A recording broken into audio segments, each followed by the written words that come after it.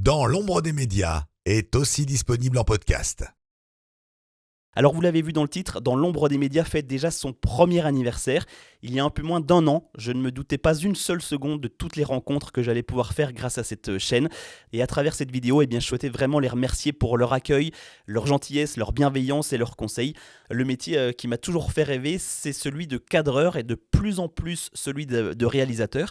Puisqu'habitant dans l'est de la France, je monte assez régulièrement sur Paris et généralement je reste 2 à 4 jours pour regrouper un maximum d'interviews. Salut et bienvenue dans l'ombre des médias pour une vidéo un petit peu particulière aujourd'hui et qui sort du format habituel de la chaîne. D'ailleurs, le montage ressemblera exceptionnellement davantage à un format YouTube que télé, mais rassurez-vous, cette vidéo ne va pas casser le rythme d'une vidéo tous les 15 jours puisque dès dimanche prochain, vous pourrez retrouver une toute nouvelle interview avec Pierre Suppa qui est programmateur musical et directeur de casting que j'ai eu la chance de rencontrer lors de la finale de la dernière saison de Danse avec les stars.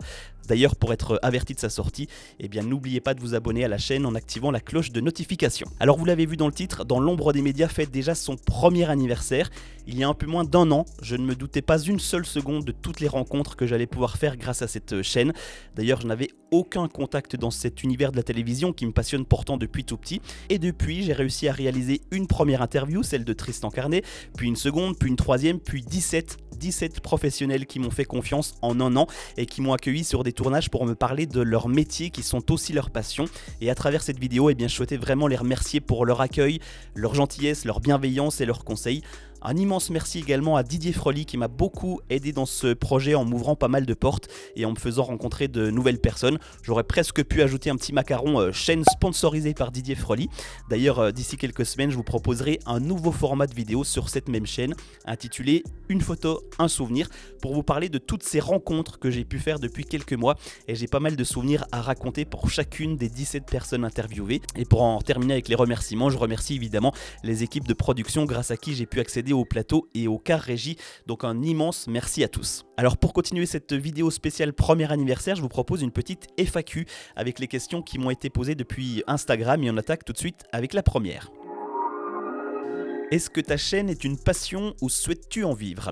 Alors oui, c'est une passion, d'ailleurs je vous invite à regarder la toute première vidéo de la chaîne pour comprendre cette passion que j'ai depuis l'âge de 10 ans. Et mon objectif n'est pas du tout de vivre de YouTube. D'ailleurs, je n'aurais pas la prétention de me définir comme youtubeur et je pense pas que ce soit possible un jour puisque la thématique de l'ombre des médias est assez spécifique. Du moins, c'est une niche qui attire un public bien ciblé et je ne pense pas faire des millions de vues un jour sur mes vidéos. Le principal pour moi, c'est surtout de proposer du contenu de qualité et que les personnes passionnées comme moi s'y retrouvent. D'ailleurs, j'évite de me mettre la pression avec les chiffres, même si on espère évidemment toujours faire mieux. Sur YouTube, certaines vidéos font des millions de vues avec du vide ou des vidéos parfois sans intérêt et de mon côté je préfère faire quelques centaines ou milliers de vues avec du contenu plus travaillé et dont je suis fier, ce qui est donc le cas aujourd'hui.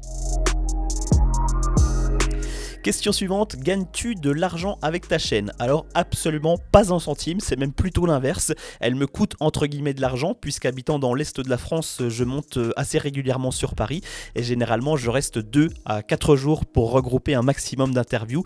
Donc en toute logique, il faut payer le train, les transports en commun ou encore l'hébergement. D'ailleurs, si la SNCF, la RATP ou encore les hôtels Formule 1 passent par là, vous pouvez sponsoriser ma chaîne si vous le souhaitez. Après de mon côté, je vois ça comme une passion. Certains font du cheval, de la natation ou bien de la musique. Moi je vais à Paris rencontrer des professionnels de la télévision. Donc non, cette chaîne ne me fait pas gagner d'argent, mais ce n'était pas le but en la créant, donc absolument rien de grave. Question suivante, voulais-tu travailler à la télévision étant petit ? Alors oui, c'est d'ailleurs toujours mon rêve, encore à l'heure actuelle. Le métier qui m'a toujours fait rêver, c'est celui de cadreur et de plus en plus celui de réalisateur. D'ailleurs, j'ai pu vivre ma première expérience de petit réalisateur sur un festival l'été dernier. La vidéo est d'ailleurs disponible en description. En revanche, si j'ai pas encore pu vivre ce rêve, c'est en partie de ma faute, puisque j'ai toujours détesté les études, que j'ai d'ailleurs très vite abandonné, mais je garde toujours un petit espoir dans un coin de ma tête. Quel est ton dispositif pour réaliser les interviews ? Alors cette question, je vais répondre très prochainement dans une autre vidéo bonus que je suis en train de préparer et dans laquelle je vais détailler tout le matériel que j'utilise sur les tournages, que ce soit le choix du sac, du micro, de la caméra ou encore du trépied. Je vous explique tout ça très vite. Quelle vidéo rencontre a été ton coup de cœur ? Honnêtement, il y a moins d'un an, jamais j'aurais imaginé qu'il aurait été possible pour moi de rencontrer tous ces professionnels et de réaliser autant d'interviews. Pour chaque rencontre, j'ai des souvenirs. D'ailleurs, comme je le disais en début de vidéo, je proposerai très prochainement un nouveau format sur cette chaîne pour vous parler de tout ça, que ce soit avec Bruno, Maxence, Didier Fraisse, Didier Frely, Valérie, Florent, Tristan, Marie-Caroline, Johan ou encore Karim. Mais des coups de cœur, j'en ai autant que j'ai de vidéos parce que je n'ai eu la chance de ne rencontrer que des personnes bienveillantes. Quelle serait ton interview rêvée ? Alors j'ai envie de répondre comme pour les coups de cœur, elles sont toutes rêvées. En revanche, ce qui me ferait vraiment plaisir et peut-être rêver aussi, ce serait de pouvoir aller sur Fort Boyard un jour, même en dehors d'un tournage, mais pouvoir accéder à ce monument mythique de la télévision, ce serait juste énorme, de façon légale évidemment, si vous voyez ce que je veux dire, sans être obligé d'escalader. Donc si un producteur de l'émission passe par là, l'appel est lancé. Et puis autre chose que j'aimerais beaucoup faire, c'est de vivre une étape du Tour de France depuis le car régie également. Quels sont les projets pour la suite ? Alors j'en ai pas mal, d'abord que toutes les vidéos de cette chaîne soient disponibles en format podcast, ce qui ne devrait pas tarder à être le cas, ou ce qui l'est peut-être d'ailleurs déjà à l'heure où vous regardez cette vidéo ou vous écoutez ce podcast.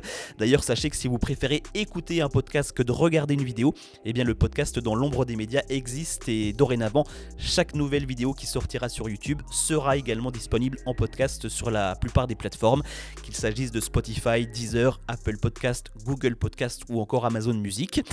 Autre projet, je vous en parlais en début de vidéo, c'est le format une photo, un souvenir, avec un premier épisode qui arrivera en début d'année pour vous raconter l'histoire de ma rencontre avec Tristan Carnet, qui était en fait une surprise qu'il a organisée avec ma copine de l'époque. Et puis dans les projets, il y a évidemment toutes les prochaines interviews que vous allez pouvoir retrouver sur la chaîne, avec des truquistes, régisseurs lumière, opérateurs synthé, décorateurs, réalisateurs, assistants réal et j'en passe. Donc encore plein de belles choses à venir. Et puis courant 2023, j'aimerais concrétiser une autre idée, un autre projet qui devrait ravir tous les passionnés de télévision, mais ça j'aurai évidemment l'occasion de vous en reparler un petit peu plus tard. Voilà, on arrive au terme de cette vidéo spéciale FAQ et premier anniversaire. J'en profite pour vous remercier, vous qui regardez le contenu de cette chaîne et les nombreux retours que vous m'en faites. Chaque commentaire et message privé me motive à continuer et à vous proposer toujours plus de contenu, donc un grand merci.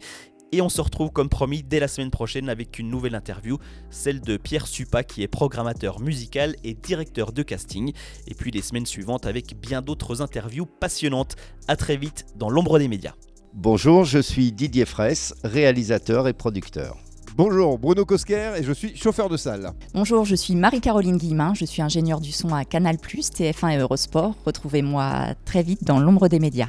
Bonjour, je suis Florent Doniol, cadreur à la télévision. Retrouvez-moi dans l'ombre des médias. Bonjour, bienvenue dans l'ombre des médias, je suis Didier Frely, je suis réalisateur. Bonjour, je m'appelle Valérie, dite Knock, je suis opératrice prompteur ou prompteuse. Bonjour, je suis Pierre Suppa, je suis programmateur musique et directeur de casting. Retrouvez-moi dans l'ombre des médias.